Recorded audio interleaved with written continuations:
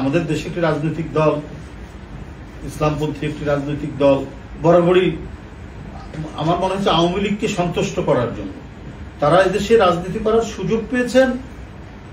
শহীদ জিয়ার শহীদ জিয়ার কাছ থেকে তারা সুযোগ পেয়েছে। তাদের নিষিদ্ধ দল ছিল, শহীদ জিয়া তাদেরকে রাজনীতি করার সুযোগ দিয়েছে।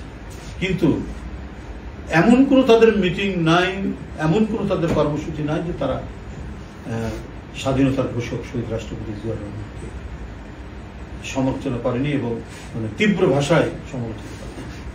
এরপরে আমরা দেখেছি প্রতিটি ঘটনায় তারা আওয়ামী লীগের সাথে, আওয়ামী লীগের সিদ্ধান্তের সাথে এক হয়ে তারা কাজ করেছেন। ৮৬ নির্বাচনে যাওয়া, সেটাও তারা আওয়ামী লীগ নির্বাচনে গেছে, মানুষকে প্রতিশ্রুতি দিয়েছে এক, কাজ করেছে আরেক।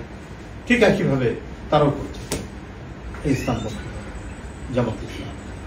এরপরে আমরা দেখেছি সে ভয়ঙ্কর তত্ত্বাবধায়ক সরকার বিরোধী করলেন, আন্দোলন করলেন তত্ত্বাবধায়ক প্রতিষ্ঠার জন্য।